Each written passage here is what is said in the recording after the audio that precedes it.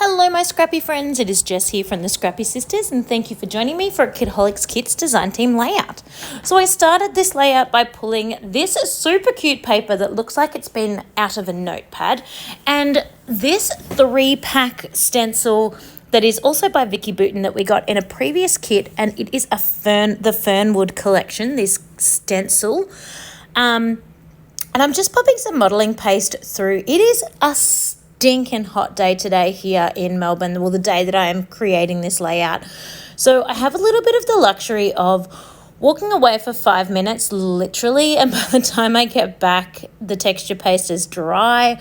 So what I am doing is just shoving that through. My texture paste is getting a little bit thick, which isn't too bad for texture paste because you kind of want a bit of texture, so a bit of thickness is kind of nice, but it made it a little bit hard to spread. I was using my Nuvo spatula, or am using my Nuvo spatula to spread it. You can see I just used my finger to clean up a little bit of the excess, and I've just come back literally 5 minutes later. It's still a little bit tacky, and I'm putting on my second half of the stencil. I just wanted to give it a little bit of time to dry so that I didn't smudge the first one where they overlap. I'm not trying to do this too neatly. I do want some parts up, like I don't want the stencil to be a complete rectangle. I want it to be a little bit bitsy. I've then just pulled out an old school packet of watercolor paints. These are nothing special. They are just from the $2 shop. I do have better ones, but these were on top of my drawer and I just pulled them out. As you can see, I spritzed the watercolor paints themselves with water, and I also spritzed my paper with water. You do need to be careful because this will definitely warp your paper, adding this much water to it. We are lucky that the Vicki Boutin papers in general are very thick and they do hold water quite well. But if you are someone that truly loves their paper to be perfectly flat, this is not a technique that is good for you. It will definitely warp, and I'll show you further down the track what happens to my paper. Because I am going to town. Like, you can see how much water I am putting onto this. I am not being all that careful. So I have put on some light blue and some dark blue. Unfortunately, the dark blue just overpowered the light blue and you can't really see that color variance, but that's okay. And then I'm popping in some beautiful teal. And then I'd chosen a couple of the embellishments from the collection already that I wanted to use. And it had a bit of a peachy colour in it, so I decided to just put a teeny tiny bit of that peachy colour on as well. You won't see a lot of this once I add my embellishments, but it's just a nice little pop to add to the pages. Now, this collection that we are working with is a Vicki Boutin collection, and it is the Discover and Create collection. And the ephemera that I'm working with is a 200-piece pack of ephemera. It comes in a box, almost a box, kind of like what you can imagine 4x6 photos coming in almost. And it's got so much stuff. It says 200 pieces. There's like doubles of everything. It does also tell you on the box that they are lightweight papers. That is very true. These are super thin pieces of ephemera. They're very lightweight. So they're perfect for layering. They'd be great to like Mod Podge over and decoupage with. They're almost, I would go so far as to say that they're even more lighter weight than printer paper. They're very lightweight. And then they also come with washi stickers, which I'm about to use on top of my jar that I'm just moving there. Now, I told you that this paper will super warp, and you're probably looking at my paper going, it looks pretty fine to me, Jess. That is because I ironed it. So after it had completely dried, I came back the next day. I turned it over on top of a towel, and I ironed it from the back. I find that works fine for me. I have no drama with that. That definitely flattens it out a bit. To add extra flatness, you could absolutely put it under, a heavy book or a photo album that's already filled up. And I find that is a really good fix.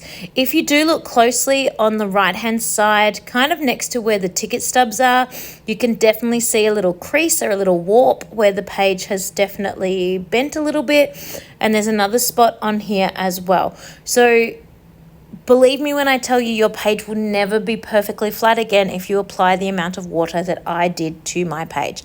That clearly doesn't bother me because I love the look of the mixed media in the background, and I really wanted to use this paper. Of course, if you use like a mixed media purposeful paper like the Vicky Bouton's foundation paper or something like that, you're not going to have this same problem with the warping because they're designed, like the watercolor papers are designed to absorb water in this way, but these papers aren't designed for that. So of course there is definitely going to be some form of warping. I don't mind, and I find once I put it in my album, they sit flatter over time anyway. So here we are. You can see I am working on layering up these papers. I find because of that lightweight paper that I was talking about, some of these are very thin. So what I ended up doing, in a moment, I'm going to use actually stick down those word phrases that are along the bottom of the photo, but they're just too thin. So I actually stuck those straight onto cardstock and then cut them out again. Yes, that is double handling, but I just needed that strength or that stability to be able to pop, like because my photo is popped up on card, to be able to pop it up and just have it not be too flimsy and floppy. I just felt like I needed a little bit more strength behind it. And that was fine. That was fairly easy. That's definitely a technique I'm going to be using for some of the more smaller ephemera pieces as I create layouts throughout the month.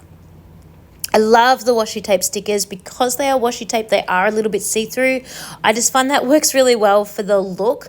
She has designed some really cute pieces, so it looks like the pencil and the ruler are standing up inside the jar. So the fact that it's a little bit see-through is perfect because you should be able to see the jar around it. It genuinely looks like they're inside the jar, which I love. I think that is so clever.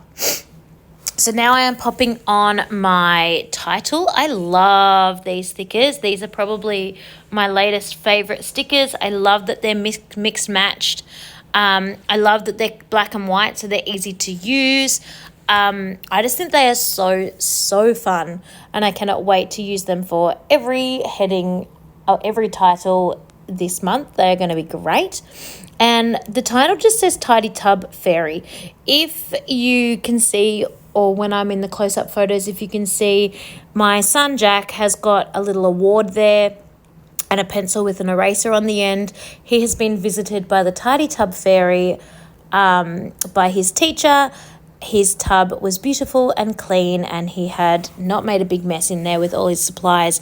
And so he was visited by the Tidy Tub Fairy and given a little gift. And it just so happened to be a day that I was reading with the class. So I was there to witness the excitement of the little glitter and sprinkles that come from the Tidy Tub Fairy. So that was really cute. And I got to get a photo where a lot of parents would miss that because they're not there for it, so that was very lucky for me. So I'm going to finish up this layout with some splatters. There is a little bit of black splatter down in the bottom right-hand corner that comes on the page.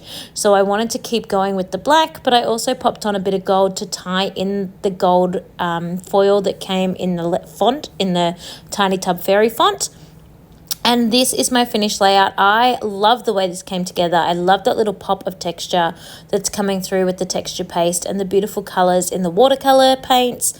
I just loved layering up all the bits and pieces that came in the ephemera pack, and I think this is a super fun layout. Thanks so much for watching, and I'll see you all soon.